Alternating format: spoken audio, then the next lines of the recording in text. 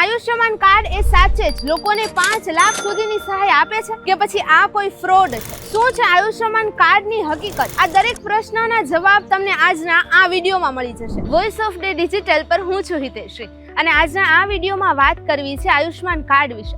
કારણ કે આયુષ્યમાન કાર્ડ એટલે એક સામાન્ય નાગરિકનો મજબૂત ટેક. ભગવાન ન કરે પણ ક્યારે એવી મેડિકલ ઇમરજન્સી આવી જાય અને એ સમયમાં જો આપણી પાસે આયુષ્યમાન કાર્ડ હોય ને તો આપણને ખર્ચમાં થોડી રાહત મળે. કારણ કે આયુષ્યમાન કાર્ડમાં સરકાર છે તે સારવારમાં 5 લાખ રૂપિયા સુધીની સહાય કરે છે. પણ હવે લોકોની એવી ફરિયાદ હોય છે કે જ્યારે પણ અમે આયુષ્યમાન કાર્ડ લઈને હોસ્પિટલમાં જઈએ છીએ ત્યારે હોસ્પિટલ અમારી પાસેથી વધારાના રૂપિયા માંગે છે. પણ આની પાછળનું કારણ શું છે?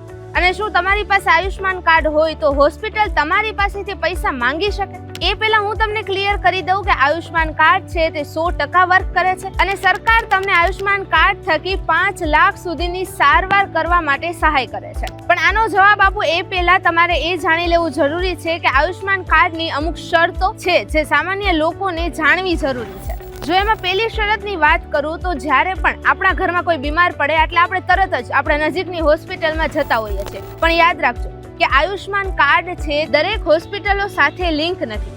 જે હોસ્પિટલો સાથે આયુષ્યમાન કાર્ડ સરકાર દ્વારા લિંક કરવામાં આવ્યું છે તે હોસ્પિટલોમાં જ આયુષ્યમાન કાર્ડની સહાય મળવા પાત્ર છે. અને જો તમારે જાણવું છે કે તમારી સિટીની કઈ હોસ્પિટલ આયુષ્યમાન કાર્ડ સાથે લિંક છે તો તમે નેશનલ હેલ્થ ઓથોરિટીની ઓફિશિયલ વેબસાઇટ પર જઈને તે ચેક કરી શકો છો. બીજી શરતની જો હું વાત કરું તો કોઈ પણ હોસ્પિટલમાં 2 વિભાગ હોય, એક આઈપીડી અને બીજું ઓપીડી.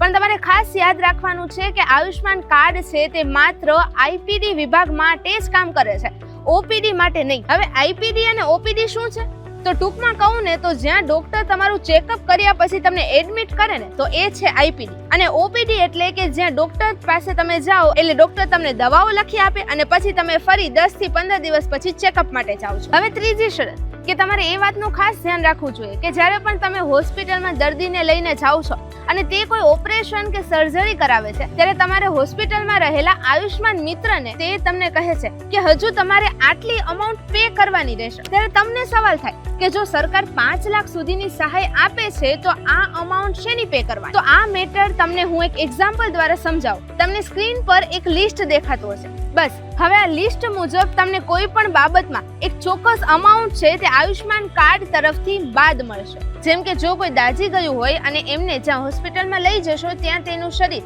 40% વધુ દાઝી ગયું હશે તો સરકાર આયુષ્યમાન કાર્ડની સહાયમાં તેને 40,000 રૂપિયા આપશે. પણ હવે તમે જો એ વ્યક્તિને એવી હોસ્પિટલમાં લઈ જાઓ છો કે જ્યાં ટ્રીટમેન્ટની પ્રાઇસ જ 60,000 રૂપિયા છે તો એ વ્યક્તિને વધારાના 20,000 છે તે હોસ્પિટલને પે કરવાના રહેશે. તો આ હતી એ મુખ્ય 3 શરતો કે જે સામાન્ય નાગરિકને જાણ હોવી જરૂરી છે. આ વિડીયોની ઇન્ફોર્મેશન તમને પણ કામની લાગી હશે અને હવે આ વિડીયો છે તે બીજા લોકો સાથે પણ શેર કરવાનું ભૂલતા નહીં. અને આવી જ ઇન્ફોર્મેશન જાણવા માટે આપ વોઇસ ઓફ ડે ડિજિટલના પ્લેટફોર્મને અત્યારે જ ફોલો કરી લો.